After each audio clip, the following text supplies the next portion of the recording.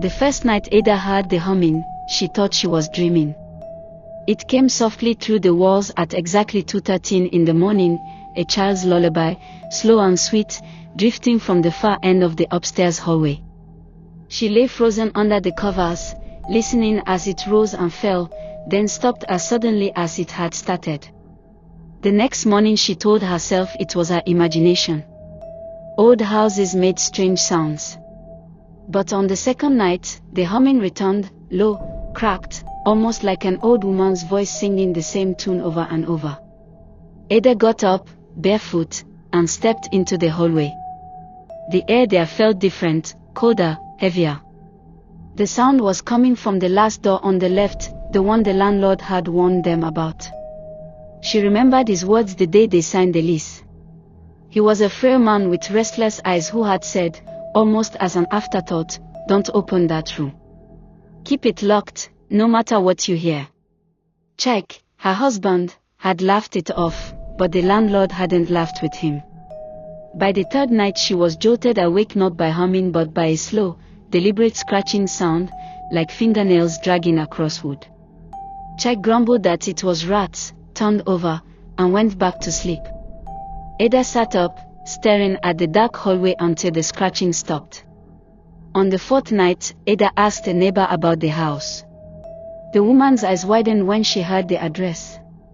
"You're in the East house? Families don't stay there. Not after they hear her. They all leave before the first month." She wouldn't say more. That night Ada decided she had to see for herself. Past midnight she crept down the hall again. The wooden floor groaned beneath her feet. The door at the end stood still, but as she took another step, the knob began to turn, very slowly, first to the left, then to the right, as if someone inside was trying it. Ada's breath caught in her throat. She was still staring when a warm hand touched her shoulder. She jumped and almost screamed, but it was only Chike, woken by her absence. He followed her gaze to the door. "You're letting an old story scare you," he said, and strode forward. He wrapped his hand around the knob and twisted hard. Nothing. The knob didn't budge, as though something on the other side was gripping it too.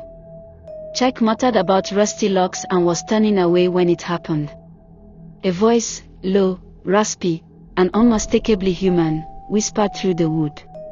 "Ada. I've been waiting." Every light in the hallway flickered and went out. In the dark they heard a single, thunderous bang against the door, as if something had slammed its fist into it. Ada clutched Chike's arm, too afraid to move. The house fell silent again, the kind of silence that feels like breath being held. And that was when Ada knew, the landlord's warning had not been a joke.